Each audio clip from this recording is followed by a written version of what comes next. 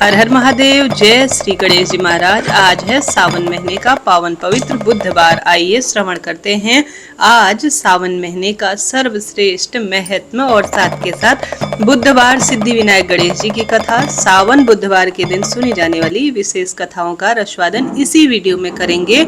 बस आपसे इतना सा ही अनुरोध है जी, आप अंत तक बने रहें। आरंभ करते हैं। प्रथम कथा अनुसार, जो कि सावन बुधवार के दिन विशेष रूप से सुनी जाती है। जैसा कि कथा अनुसार सावन मास का पवित्र महीना चल रहा था। चारों तरफ हरियाली थी। शिव मंदिरों में हर हर महादेव की गूंज थी। इसी गांव में माधव नाम का एक सीधा साधा बालक अपनी माँ के साथ रहता था। माधव स्वभाव से बहुत समझदार और शांत था। श्रावण माह के बुधवार की सुबह माँ ने माधव से कहा, बेटा, सावन का हर दिन शिव जी का है, लेकिन बुधवार का दिन विघ्नहर्ता और रिद्धि सिद्धि के दाता भगवान गणेश जी का है। बुद्धिमत्ता के कारण बुद्धदेव की पूजा आज के दिन विशेष की जाती है। आज के दिन जो भी सच्चे मन से हरि दुर्वा और मोदक चढ़ाकर बुद्धि और सद्बुद्धि की प्रार्थना करता है, उसके जीवन में सारे संकट दूर हो जाते हैं। उसी दिन गांव में दो भाइयों के बीच खेत की सीमा को लेकर बहुत ही विवाद हो रहा था। बात इतनी बढ़ गई थी कि पूरे गांव में अशांति फैल गई। कोई भी फैसला नहीं कर पा रहा था और गांव के सभी लोग आपस में ही लड़ने लगे। माधव ने माँ की बात सुनकर पास के शिव गणेश मंदिर में जाने का फैसला किया। उसने नदी किनारे से ताजी ताजी दुर्वा घास चुनी और गणेश जी के चरणों में अपना नाम गोत्र करते हुए समर्पित कर दी और कहा, हे विघ्नहर्ता, सावन का यह पावन पवित्र बुधवार है। आज हमारे गांव में यह झगड़ा समाप्त कर कर सबको सद्बुद्धि दे दो। पूजा के बाद माधव उस जगह पहुंचा जहां विवाद हो रहा था। उसने बहुत ही शांत और मधुर वाणी में दोनों भाइयों को समझाया। साक्षात गणेश जी महाराज जैसे उसकी वाणी में विराजमान हो गए हों, ऐसा लग रहा था। श्रावण का महीना तो सब कुछ बांटने और जोड़ने का है। अगर आप जमीन के एक छोटे टुकड़े के लिए आपस में लड़ेंगे तो भगवान गणेश जी का आशीर्वाद कैसे मिलेगा? जमीन तो यहीं की रह जानी है, लेकिन भाइयों का प्रेम जो है चला जाएगा। माधव के इस निश्चल और बुद्धिमान पूर्ण बात को दोनों भाइयों के झगड़े पर गहरा असर हुआ। उन्हें अपनी गलती का एहसास हुआ और उन्होंने गले मिलकर झगड़ा खत्म करने का प्रयत्न किया। गांव वाले अचानक हैरान हो गए कि एक छोटे बालक ने सावन के बुधवार को कितनी बड़ी समस्या को चुटकी में सुलझा दिया। मानो ऐसा लग रहा था गणपति गजानन ही साक्षात प्रकट हो रहे हों। सबने यही मान लिया था कि सावन के बुधवार को सच्चे दिल से अगर गणेश जी महाराज की पूजा की जाए, श्रेष्ठ जो है उनका ध्यान किया जाए, तो माधव जैसी तीक्ष्ण बुद्धि और मधुर वाणी का वरदान मिलता है। दोस्तों, सावन के बुधवार में हमें सर्वश्रेष्ठ रूप में यही सीखना चाहिए कि केवल ताकत से नहीं, बल्कि शांत दिमाग और भगवान गणेश जी की दी हुई बुद्धि से ही हर संकट को दूर किया जा सकता है। अब सिद्धि विनायक गणेश जी की कथा अनुसार प्रेम से बोलिए सिद्धि विनायक गणेश जी की जय। कथा अनुसार एक गांव में एक बहन और उसका भाई रहते थे। बहन का नियम था, वह हर रोज की तरह सुबह जल्दी से उठकर घर के काम निपटाती और अपने मायके में जाकर अपने भाई का मुख देखने के बाद भोजन ग्रहण करती।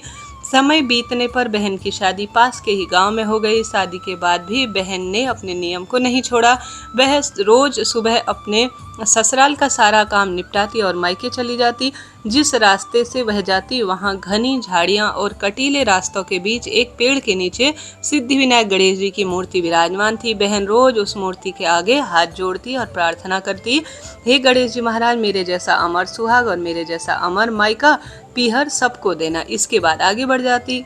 घने कांटों के कारण उसके पैरों में कांटे चुभ जाते और खून निकलने लगता। एक दिन जब वह मायके पहुंची, भाई के पास बैठी तो उसकी भाभी की नजर उसके लहूलुहान पैरों पर पड़ी। भाभी ने पूछा, नंदरानी, आपके पैरों में यह क्या हुआ? बहन ने सहजता से कह दिया, भाभी, रास्ते की घनी झाड़ियां और कांटों की वजह से मेरे पैर में कांटे चुभ जाते हैं। यह सुनकर भाभी ने अपने पति से कहा कि आप अपनी बहन के आने जाने का रास्ता साफ करवा दीजिए ना। भाई अपनी बहन से बहुत प्रेम करता था, इसलिए उसने तुरंत कुल्हाड़ी उठाई और जंगल की सारी कटीली झाड़ियों को काट दिया। लेकिन रास्ता साफ करने के चक्कर में उसने अनजाने में भगवान गणेश जी की मूर्ति अपने स्थान से हटा दी और इधर उधर फेंक दी। भगवान गणेश जी इस बात से रुष्ट हो गए और उन्होंने भाई के प्राण हर लिए। गांव के लोग जब भाई के पार्थिव शरीर को ले जाने लगे तो भाभी रोते हुए बोली, थोड़ी देर रुक जाओ, मेरी नंद अपने भाई का मुख देखने के लिए रोज आती है और कुछ खाती पीती नहीं है, उसे आने दो। इधर बहन जब रास्ते से गुजरी तो उसने देखा कि रास्ता साफ है। सिद्धि विनायक गणेश जी की मूर्ति अपनी जगह से हटकर कहीं दूर पड़ी हुई है। उसने गणेश जी महाराज को तुरंत ही उठाया, वापस सही जगह पर स्थान दिया, प्रणाम किया, भूल चूक के लिए क्षमा मांगी और कहा कि हे सिद्धि विनायक गणेश जी महाराज, जैसा मेरा अमर सुहाग है और मेरे जैसा अमर पीहर आज सबको देना। तब गणेश जी महाराज सोचने लगे, यह रोज मुझसे अमर पीहर मांगती हो और आज इसका भाई नहीं रहा, अगर मैंने इसकी नहीं सुनी तो हमें कौन पूजेगा। गणेश जी ने तुरंत आकाशवाणी की और बोले, हे पुत्री सुन, तू इस खेजड़ी की 7 पत्तियां तोड़ ले और इन्हें कच्चे दूध में घोलकर अपने भाई के शरीर पर छिटक देना, वह जीवित हो जाएगा। बहन ने जैसा सुना वैसा ही किया। वह पत्तियां तोड़कर मायके दौड़ पड़ी। उसने देखा भाई की देह रखी हुई है, सब रो रहे हैं। उसने तुरंत कच्चे दूध में खेजड़ी की पत्तियां घोली और भाई पर छिटक दी। चमत्कार हुआ, भाई तुरंत उठकर बैठ गया और बोला, मुझे तो बहुत गहरी नींद आई है। तब बहन ने कहा, ऐसी नींद किसी दुश्मन को भी ना आए। इसके बाद उसने सबको भगवान गणेश जी की कृपा के बारे में बताया। भाई भाभी ने गणेश जी से क्षमा मांगी और बड़े धूमधाम से उनकी पूजा अर्चना की। हे गणेश जी महाराज, हे सिद्धि विनायक गणेश जी, जैसे आपने उस बहन को अमर सुहाग अमर पीहर भाई का जीवन दिया, वैसे ही इस कहानी को कहने, सुनने और हुंकारा भरने वाले सभी भक्तों को अमर सुहाग और अमर पीहर देना। प्रेम से बोलिए सिद्धि विनायक गणेश जी की जय। सावन महीने के आज के अध्याय में सर्वश्रेष्ठ रूप से सुनिए बुधवार और गुरुवार व्रत की विधि और आज किए जाने वाले श्रेष्ठ कार्यों का वर्णन। जैसा कि ईश्वर बोले, हे सनत कुमार, अब मैं आपसे पाप का नाश करने वाले बुध और बृहस्पतिवार व्रत को कहूंगा, जिसे श्रद्धा के साथ करके प्राणी उत्तम सिद्धि प्राप्त करता है। पूर्व में ब्रह्मा जी ने चंद्रमा को ब्राह्मण के राज्य सिंहासन पर श्रेष्ठ अभिषिक्त किया था। एक दिन चंद्रमा ने बृहस्पति की पत्नी तारा को देखा। वह रूप और यौवन से संपन्न थी। उन्हें देखकर चंद्रमा मोहित होकर काम के वश में हो गए। चंद्रमा ने उसे बलपूर्वक अपने घर में रखकर उसका उपभोग किया। इस प्रकार बहुत काल बीत जाने पर एक पुत्र हुआ। वह विद्वान, सुरूपशाली, सर्वगुण संपन्न और युक्त बुद्धि वाला था, इसलिए उसका नाम बुद्ध रखा गया। बृहस्पति जी अपनी पत्नी को खोजते हुए चंद्रमा के घर पहुंचे और चंद्रमा ने कहा, हे चंद्र, मेरी पत्नी मुझे वापस लौटा दो।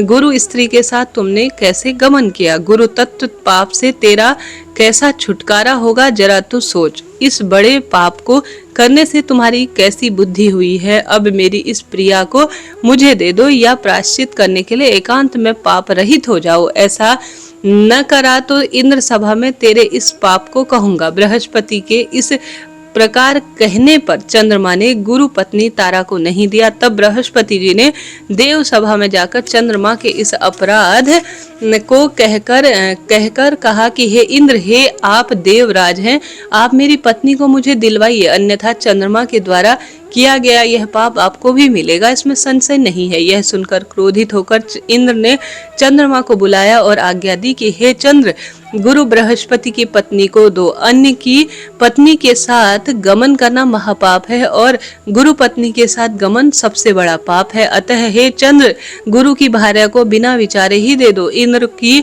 वाणी को सुनकर चंद्रमा ने कहा, आपकी आज्ञा से भार्या को मैं तो दे देता हूँ, परंतु पुत्र को नहीं दूंगा, यह मेरे से उत्पन्न हुआ है। इस प्रकार बृहस्पति जी ने कहा, यह पुत्र मेरे से उत्पन्न हुआ है। इसमें देवताओं को संशय उत्पन्न हो गया और उन्होंने विचार कर बृहस्पति की पत्नी तारा से पूछा, हे कल्याणी, तुमने किसके द्वारा गर्भ प्राप्त किया है? लज्जा और शर्म के मारे तारा ने कहा, यह चंद्र का औरस पुत्र है और बृहस्पति का यह क्षेत्रज पुत्र है। आप लोग इसे सुयोग्य जाने और उसे पुत्र दे दें। यह सुनकर देवताओं ने शास्त्र विचार कर पुत्र चंद्रमा को दे दिया। इससे गुरु को खिन्न देखकर देवों ने उन्हें वर दिया कि तुम चंद्रमा के घर जाओ और यह तुम्हारा भी पुत्र हुआ। चंद्रमा द्वारा बृहस्पति का यह पुत्र ग्रह होगा, जो कि सुराचार्य अन्य वर को भी ग्रहण करो। जो प्राणी तुम दोनों को एक साथ व्रत के रूप में करेगा उसे सब सिद्धि होगी, यह सत्य और इसमें संशय नहीं है।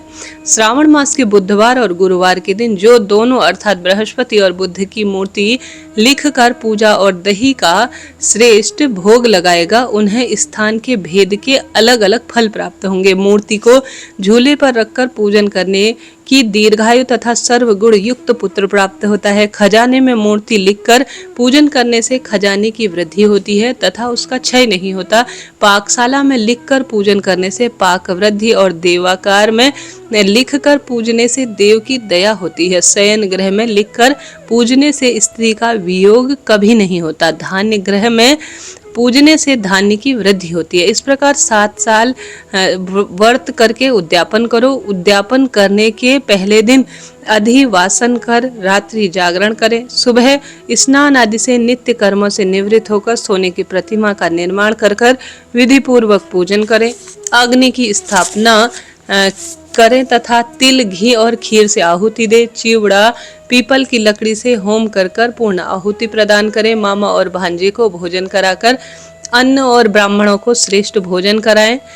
इस प्रकार 7 साल तक व्रत और फिर उद्यापन करने वाले प्राणियों की सब इच्छा पूर्ण होती है, उसे बुद्ध ज्ञान और गुरु गुरुवत्ता देते हैं। सनत कुमार ने कहा, हे भगवान, आपने जो मामा और भांजे को भोजन कराने को कहा है, कृपा कर उसका कारण बताए। ईश्वर बोले, हे सनत कुमार, पहले समय में 2 दरिद्र मामा या भांजे थे। वह दोनों भोजन के लिए घूमते हुए किसी सुंदर नगर में पहुंचे। वहां उन्होंने प्रत्येक घर में श्रावण महीने में व्रत होते हुए देखे। वहां उन्होंने हरेक वार के व्रत होते हुए देखे, परंतु बुध और गुरुवार का व्रत कहीं नहीं देखा। तब उन दोनों ने आपस में विचारा कि सब जगह सूर्य और अन्य वारों का तो व्रत होता है, लेकिन बुध और गुरु का व्रत कहीं नहीं हो रहा है। अतः हम दोनों बुध और गुरु का व्रत करेंगे। लेकिन व्रत विधान न जानने से फिर दोनों को संशय हो गया। इसी रात को उन दोनों को स्वप्न में व्रत की विधि ज्ञात हुई। दोनों ने सुबह विधि पूर्वक व्रत को धारण किया। व्रत के प्रभाव से वह धन धान्य से युक्त हुए तथा दोनों को ऐश्वर्य मिलने लगा। इस प्रकार 7 साल तक व्रत करके वह पौत्र से संपन्न हो गए। बुद्ध तरह गुरु के प्रत्यक्ष होकर उन्हें वर दिया गया कि आप दोनों ने हमारे व्रत का श्रेष्ठ सुविचार किया है, अतः आज से इस शुभ व्रत को जो करेगा वह निश्चय ही मामा तथा भांजे को भोजन कराएगा तथा अंत में हमारे लोक को प्राप्त करेगा। महादेव माँ पार्वती से सावन महीने की दिव्य कथा सुनाते हुए कहते हैं, सुनो पार्वती, बहुत समय पहले एक गांव में रामू नाम का एक गरीब किसान रहता था। वह भगवान शिव का परम भक्त था, लेकिन उसकी आर्थिक स्थिति बहुत कमजोर थी। कई बार उसके घर में भोजन तक का अभाव रहता था, फिर भी वह भगवान शिव की भक्ति नहीं छोड़ता था।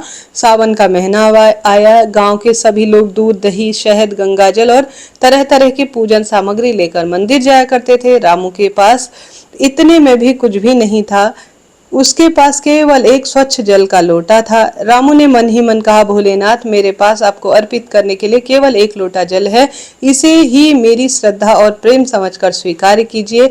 वह रोज सुबह स्नान करके मंदिर जाता, ओम नमः शिवाय मंत्र का जप करता और पूरे विश्वास से शिवलिंग पर एक लोटा जल अर्पित करता। एक दिन गांव में भयंकर सूखा पड़ गया। खेत सूख गए, लोगों की फसल नष्ट होने लगी। सभी लोग चिंतित हो गए, लेकिन आश्चर्य की बात है, रामू के खेत में हरियाली बनी रही। उसकी फसल अच्छी हुई और उसका परिवार भूखा नहीं रहा। गांव वालों ने इसका कारण पूछा। रामू ने विनम्रता से कहा, मेरी ही मेहनत नहीं, यह भोलेनाथ की विशेष कृपा है, क्योंकि केवल सच्चे मन से एक लोटा जल मैंने शिवलिंग पर अर्पित किया था। उसी रात गांव के मुखिया को स्वप्न में भगवान शिव ने दर्शन दिए और कहा, मुझे धन दौलत नहीं, भक्त का सच्चा प्रेम प्रिय है। जिसने श्रद्धा से एक लोटा जल मुझे समर्पित किया, उसकी भक्ति से मैं प्रसन्न हो जाता हूँ। अगले दिन पूरे गांव में दिखावे को छोड़कर सच्चे मन से भगवान शिव की पूजा श्रेष्ठ रूप में कर दी गई।